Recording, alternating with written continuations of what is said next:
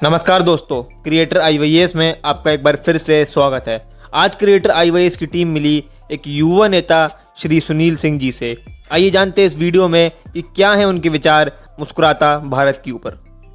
सभी दर्शकों को फिर मेरा एक बार नमस्कार।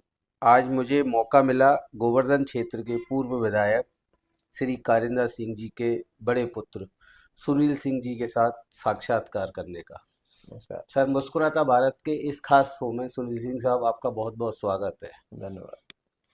सबसे पहला सवाल है, क्योंकि हम लोग मुस्कुराता भारत पर काम कर रहे हैं, एक कंस्ट्रक्शन कंपनी के ओनर और युवा राजनीति, मुस्कुराहट किस में ज़्यादा है? दोनों का ही अलग वो है। देखिए, अगर आप काम नहीं करेंगे, काम भी आपको वो करना है।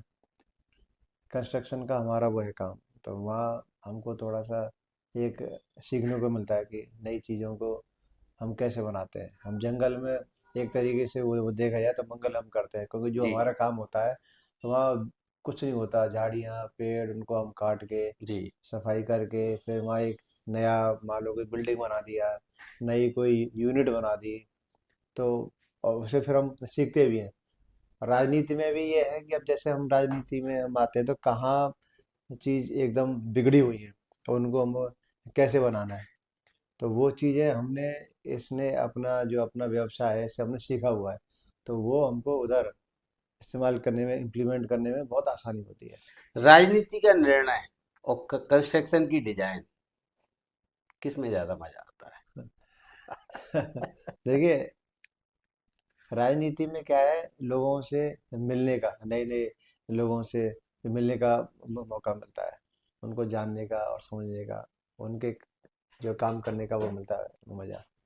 तो इसलिए जो है धीरे धीरे हम भी और भी युवा राजनीति की तरफ आ रहे हैं, वो मुड़ रहे हैं, उनकी इच्छाएं जग रही हैं कि हम इसमें और अपनी जो सहभागिता दिखाएं। सुनील तो साहब, राजनीति में जब आप क्योंकि विधायक हैं, फादर पुराने पूर्व विधायक रहे हैं, और आप लोग भी जनसेवा में भी बहुत रहे। कोई आदमी हमारे पास आया, चल के आया, और वो आदमी वही आता है जिसके पास कोई न समस्या है, और अगर हम किसी तरीके से उसके काम आ सके और हमने उसकी समस्या को दूर कर दिया, उसका काम कर दिया, तो जो उसके चेहरे पे न खुशी होती है ना, उसकी खुशी को देख के और हमको अंदर से जो खुशी मिलती है। सुनील साहब, जिंदगी का एक सफर होता है, और हम्म, सफर की शुरुआत मुझे लगता है जन्म के साथ होती हम्म, है। जन्म होता है, जन्म के बाद बच्चा छोटा होता है, फिर पहले दिन मम्मी पापा स्कूल भेजते हैं, फिर स्कूलिंग होती है, उसके बाद बच्चा समझदार हो जाता है, फिर वो स्वयं भी जाने लगता है, हम्म। उसके बाद शादी होती है। तो जिंदगी का एक ही सफर होता है। हम बुजुर्गों से बहुत सुनते हैं सफर के बारे में, लेकिन ये युवा राजनेता आज मेरे साथ है। इस सफर से आप क्या समझाएंगे लोगों को? कैसा रहा आपका सफर? सफर का मूल्यांकन क्या होता है किसी के भी जीवन में?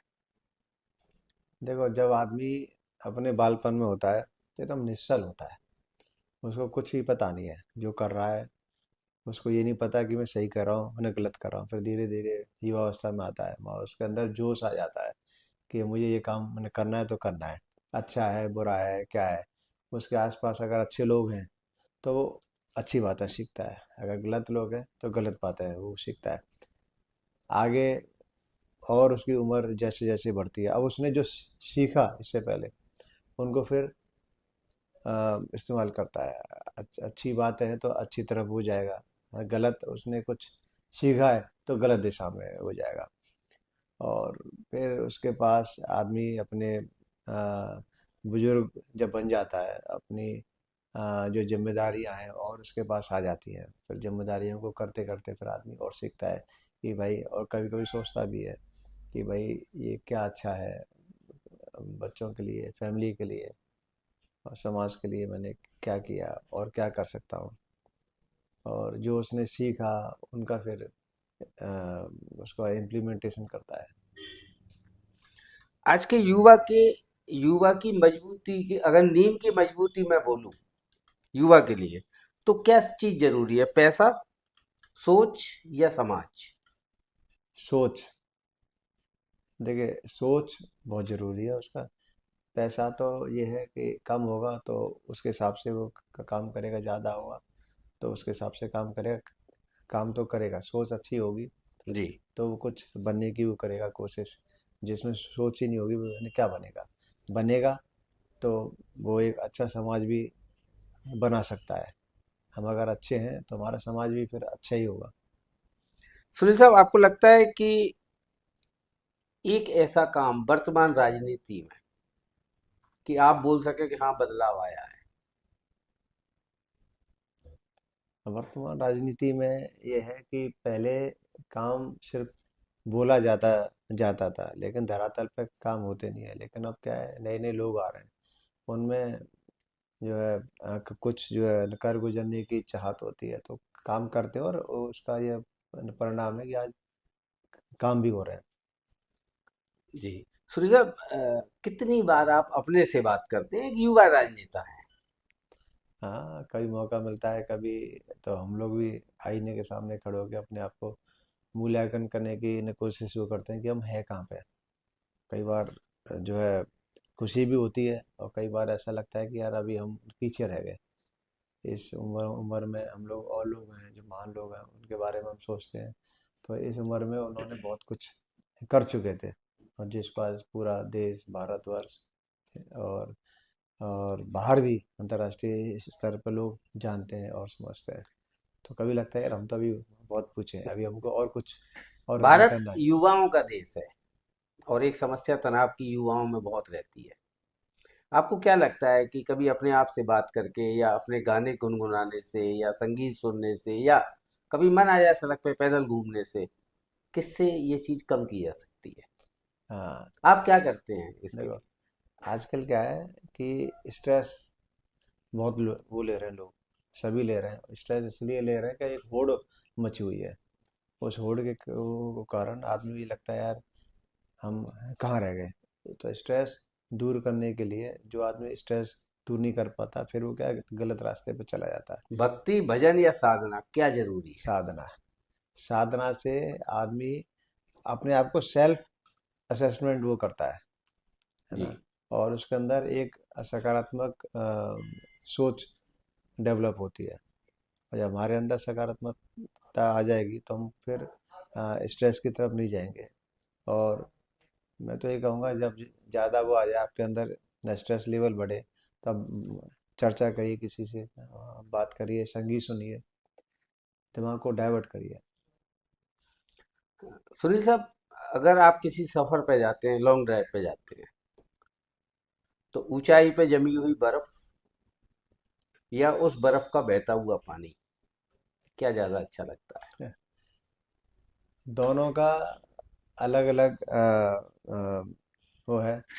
ऊंचाई पे जमी बर्फ हमेशा ऊंचाई पे वो जमती है। बर्फ ये सिखाती है कि देखिए ऊंचाई भी आदमी को बहुत जरूरी है। बर्फ हमेशा ऊंचाई पे ही आपको जमी हुई वो मिलेगी। जी। अब बहता हुआ पानी है, वो हमको ये सिखाता है कि भाई चलते रहिए। आप चलते रहेंगे तो अच्छा ही होगा। और जितना आप जो चलेंगे उतना हम और लोगों के न काम भी आ सकते हैं। नदी है, अविरल धारा में बह रही है, तो हमको भी फायदा देती है। अन्य राज्य में नदी जा रही है तो उन राज्यों के लोगों को भी फायदा वो दे रही है। चलते रहो, रुको मत। जनता के दिल में जगह काम से या व्यवहार से, बहुत सूक्ष्म में, छोटे में? जनता के दिल में जगह आप व्यवहार से बना सकते हो। कई बार तो काम देखिए ऐसा होता है, कभी काम उसका ना भी हो पाया, लेकिन आपका व्यवहार अच्छा है तो आपके वो मतलब आपसे प्रभावित होके जाएगा। मुस्कुराता भारत की टीम से आप क्या कहना चाहोगे? हम जो काम कर रहे हैं, हाँ, हम बिना जानकारी के आपके यहाँ आए, आपने समय दिया, धन्यवाद। क्या हाँ, कहना चाहोगे? देखिए आप लोग जो काम कर रहे हैं, मुस्कुराता भारत जो आपका ये चल रहा है, इसमें क्या है, आप नए नए लोगों को विचार जान रहे हैं और उन विचारों को और लोगों को सुनने का मौका मिल रहा है। अब लोग किसी का हंसता हुआ चेहरा वो देखते हैं तो उनको भी खुशी मिलती है। ये तो ये ना प्रतिबिंब है। एक अंत में क्वेश्चन कहूंगा कि एक दीपक देश के नाम, क्या कहना चाहेंगे, बहुत छोटे में, सूझ में? हाँ, एक दीपक देश के नाम। अब ये दीपक हम किसी के लिए भी जला सकते हैं, चाहे वो अ, किसी भी बॉर्डर पर शहीद हुआ हमारे सैनिक, उनके याद में हम जो दिला जला सकते हैं, या फिर हम जैसे अभी हमारी महिला क्रिकेट टीम और वर्ल्ड कप जीत के आई है, हम उनको जो शुभकामना देने के लिए भी जला सकते हैं। तो ये सिर्फ हमारा एक शुभकामना देने का एक तरीका है। अब कोविड काल में भी हम लोगों ने, जो लोग ने काम कर रहे थे इस महामारी में, तो हमने उनको प्रोत्साहित करने के लिए हमने तब भी हमने दीपक जलाए थे। तो मथुरा आए हुए इतने सारे तीर्थ यात्री मथुरा आते हैं, एक शुभकामना है आपकी तरफ से।